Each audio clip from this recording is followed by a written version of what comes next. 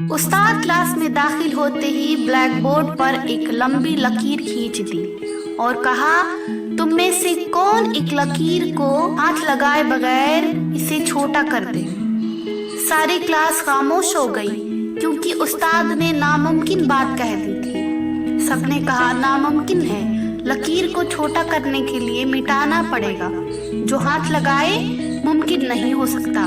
استاد صاحب نے گہری نظروں سے طلبہ کی طرف دیکھا اور کچھ کہے بغیر بلیک بورڈ پر ایک لکیر کے نیچے ایک لمبی لکیر کھینچ دی، جس کے بعد سب نے دیکھ لیا کہ اب پہلے والی لکیر چھوٹی نظر آ رہی ہے۔